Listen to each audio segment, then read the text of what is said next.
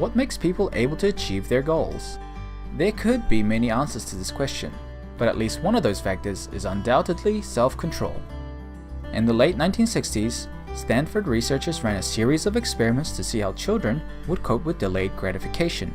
This is when you choose to give up an instant reward for a greater future benefit. For example, avoiding that muffin now so you can look good on the beach, or choosing not to play with your friends so you can study for an upcoming exam. So going back to our Stanford experiment, a child, let's call him Timmy, was left alone in the room with one marshmallow. They told Timmy that if the marshmallow was still there when the researcher came back, he would get another marshmallow as a bonus. Double the reward just for waiting? Who wouldn't take up that deal? But then again, that's easier said than done. As you can imagine, little Timmy struggled with his inner demons, striving to triumph against temptation. His rational brain was telling him that waiting was the correct choice. At the end of the experiment, some children were able to resist the temptation, while others couldn't stop themselves from taking a bite of that sugary treat. Some cheeky kids even tried to eat small parts of the marshmallow with hopes of not getting caught. Several years passed and the researchers revisited these children to see how they were doing. As it turns out, the children who were able to wait longer were more likely to have better academic results, and their parents rated them as having higher tolerance for stress, ability to plan and reason, and exhibit self-control in frustrating situations. Many years later they went back to these same children, but now they were in their 40s. They were tested once more on their willpower and self-control. The results were in.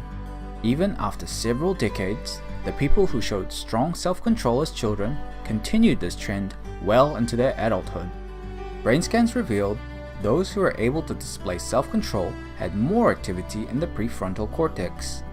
In a previous video about willpower, I nicknamed this area the human brain.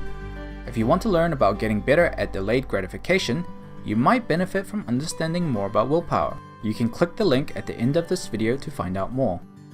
Getting back on track, if you think about it, the results from this experiment makes perfect sense. If waiting gives a greater long-term benefit, then always choosing the option with the biggest payoff will eventually turn into what other people might call success. So next time, when you're faced with the soul-crushing decision of resisting that donut, or being tempted to procrastinate instead of studying, remember this video and the Stanford marshmallow experiment. Don't be like this guy. Lastly, I'd like to leave you with one final idea.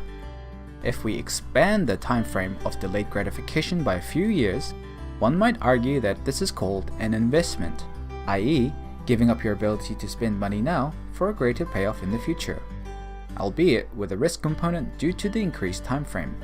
But then, is it a coincidence that the wealthiest people in the world all have financial investments like stocks, bonds, or real estate? Comment your thoughts below.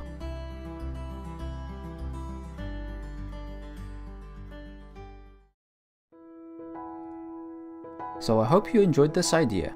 You can find the companion blog post by clicking here. It has some more insight as well as my personal thoughts about this video. Additionally, you should like and subscribe if you'd like to watch more content. And you can watch the previous video by clicking here. Finally, if you like this idea, please help it go viral by sharing on Facebook or Twitter. Or email this video directly to a friend, because some ideas should be viral.